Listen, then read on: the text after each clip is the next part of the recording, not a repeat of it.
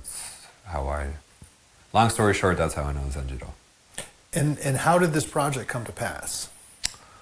So last April, 2 Aprils ago, 2024, so I had moved to America with a suitcase and a backpack and a little bit of pocket money, and fought my way through to having a stable life. And finally, I had the time, the money, and all to go visit him again. And so I went over, and one thing that I had forgotten or lost the touch and some important details on was how to build and maintain hand planes. So while I was there, I kept bugging him, "Hey, can you show me this again? Let's take some hand planes together." And after me bugging him for a while, he was like, "All right, let's do it." And any case, in all that, he decided to hand off his tools to me, and basically was like, "I'm done woodworking, and I didn't want you to have all the tools." So basically, got another suitcase, had two suitcases full of tools, put all the sharpening stones in my backpack. I mean, we're not talking about all the tools by a far shot, but whatever I could carry. And I mean, it was about 100 pounds of stuff. And it was kind of fun at the airports because they kept pulling me aside, wanting to look at my backpack, which was full of sharpening stones all wrapped in newspaper. And every time they were like, "What is in your backpack?" And I'm like, "Stones." They're like, "Can we see?" And they tried to lift it, and they're like, "Oh my God, this is heavy." So he was gonna come and visit me for a week or 10 days. Any case, he calls me up one night and tells me that he bought tickets to come to Vermont, and ask him, when are you arriving? He's like, "Oh, in 3 days." I'm like, "Okay, let me talk to my roommate about that. I'm sure it will be fine." And then I asked him, and just because my mom is visiting too, I just need to organize stuff. "When is your return flight?" And instead of 1 week, he said, "Well, let me check, September 14th or something." I'm like, "Oh my God, that's like 88 days." So I write Seth, and I'm like, "Hey, we got a little problem." And initially I thought we ran out of coffee, but soon enough he learned that Zenjiro was going to come and stay with us for 3 months. And my initial question to Seth was, before I told him about him coming for 3 months, "Hey, remember that shed you were talking about? How quickly do you want that built?" So Zenjiro arrives, and I'm still working. I had a different job and all that. And so we decided to build this large shed, right? And Seth gave me kind of an idea of what he wanted, and so Zenjiro had me make blueprints and sketch things out and figure out where to get the lumber, so on and so forth. And then this year he told me, after having a couple whiskeys, he got a little more honest and was like, "Yeah, I figured that 10 days, 1 week, that's not going to be enough for me to show you anything. So I figured it was going to take at least 2, if not 3 years back then already. So I just bought myself a ticket for 3 months without asking." He was like, "What are you going to do? You're going to kick me out?" So anyway, that's how Zenjiro came here, and that's how we got started on the project. And what has been unique about this project to you? It's a dying art. People don't want to use hand tools anymore. They see it as high workload and with delayed gratification. And therefore people tend to go to power tools. With the use of power tools, though, you lose certain skills in understanding woodworking, or it's easier to lose them, let's put it that way. And since it's easier to lose those skills, and the way of working with the wood and understanding the wood is today we just think of a form of a building the way it's supposed to look. However, if you're working with hand tools, the wood itself, to a degree, dictates how the form will look like. But it gives you more of an intimate relationship with the tools and the wood itself, and consequently with the building. So to have the opportunity, to a degree also the responsibility and the honor to have someone teach you, for me is a norm. It's a chance that many people dream about. I don't feel like I deserve it personally. I think there are other people that are more skilled and more talented than me.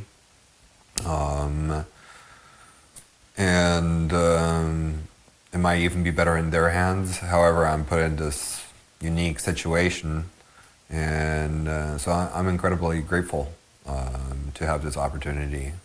And in a way, to me personally, it feels like I got to do this work mainly, not for the building, not for Seth, but mainly that this art doesn't die out. And also that way, the way that Nishioka Tsunekazu kind of lives on in Zenjiro, the way his Anideshi lives on in Zenjiro, that gets, they live on through me. So it's bigger than me. Yeah, it's an honor. And you can cut this, but it's also a fucking pain in the ass sometimes. Well, that kind of leads to my next question. Like, how Sure. has it been working with Zenjiro on this project in Vermont? I feel like I'm back to being an apprentice in a kitchen and getting, there is no wiggle room. I mean, I'm allowed to make mistakes, sure. That's never an issue, and I never get yelled at for that, but the expectations in other ways are high. And so he's definitely tough on me, but when things get too tough, he knows when to be kind and build me up again.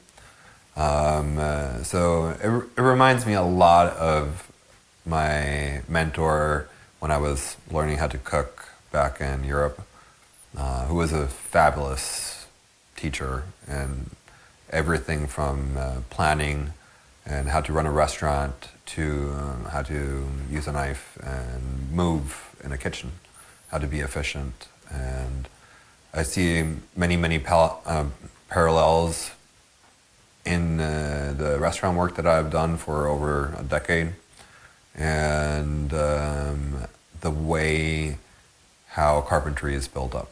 And so it's not just about using the tools itself and how to make a blueprint and how to build a house.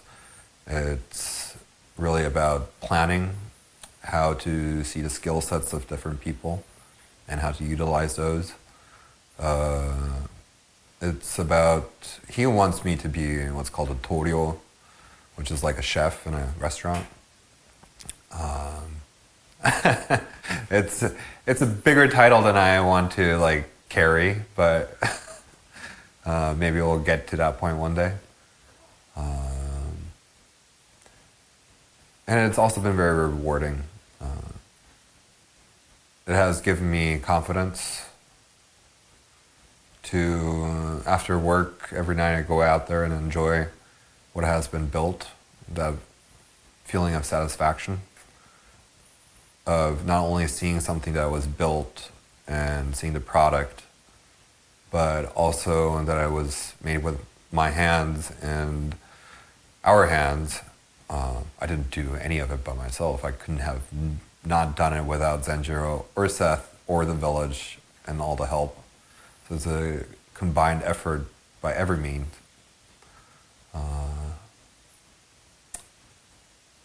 it's that feeling of ownership, I guess, in some sense when you touch the wood and you can feel your work in it. So yeah, it's been very rewarding. I guess final question. Sure. Is there anything, because my understanding from talking to you is that it's a different scope and scale of project than, it's a new experience for you to Sure. do. Yeah, What have you found that's like just surprising about it, that's or really stayed with you just about the project itself and standing up this specific structure? I don't think I would say surprising, but how much all craftsmanship, how much all kind of work is similar on a certain level. The work in a restaurant, as I mentioned, how similar it is in calculating how long it takes someone to do a certain job. And so how long does it take to make 50 soufflés and prepare for that? How long does it take to clean up 30 ducks? And how long does it take to make a stock? And how much does it cost in materials and manpower and space and time and mistakes, and how to calculate that all and put all that together to plan it so that everyone else doesn't have to think about it and it runs smoothly. It's the same thing with this. It's the same thing with framing and carpentry. It's, okay, how many beams? What is the volume of all the wood that we're buying? How much are we expecting to mess up, or how's the wood going to move on us? How long does it take one person who's trained to make this? How long is it going to take one person who's trained to make this one piece of wood, and how many do we have to make, and so on and so forth? And you can end up coming to a calculation instead of just pulling some number out of the back of your pocket. You have the ability to bring forth a number. And then, of course, there's the whole aspect of becoming fluent in, we always think about being fluency as something to do with language. When we're talking, we're not thinking about the words that we're saying, they just come out. It's the same with any discipline. If you're a plumber or carpenter or a pilot or a doctor, at some point you don't have to think about your footsteps, about how your hands move. It all comes naturally. So there's a rhythm to your work. There's a fluidity to your work. I used to say cooking is my second language. So I guess carpentry is a third. And there's been a lot of things that I've learned newly during this. And there are a lot of things that I've refined where there's less thought and more feel to it, as in how to use a saw, how to use a hand plane. You're not just thinking, you stop thinking about it. You feel it instead. You listen to how the shaving comes out. Because through the sound, I can tell if the blade is sharp or not, how much the blade is sticking out. Same in a kitchen. If I got a pan behind me, I can forget about it because with the sound, I can tell at what stage it is from where it's cooking, right? Is it burning? Is there still liquid in the pan? So on and so forth. It's about listening to the material. It's a dialogue with the material itself, with the tools. Instead of using words, you're using your hands and your heart. So same as if you're talking to people, we try to be empathetic, best case. If we love someone, we try to see them. It's the same thing with tools and the same thing with food. We got to respect the materials that we work with. So I guess it doesn't come as a surprise, but to see those parallels within all the disciplines that we learn. Doesn't matter if you're an accountant or a politician or a lawyer. Those are all different languages. And I think more than a surprise, it's been a joy to become fluent in carpentry and construction. Okay. Good? Al, can you think of anything? No, No? I think you covered everything. Okay. Cool. Thank you very much, Phil. Thank you. Well done. A lot of alms. Do a little pause and flip over to. You're snoring.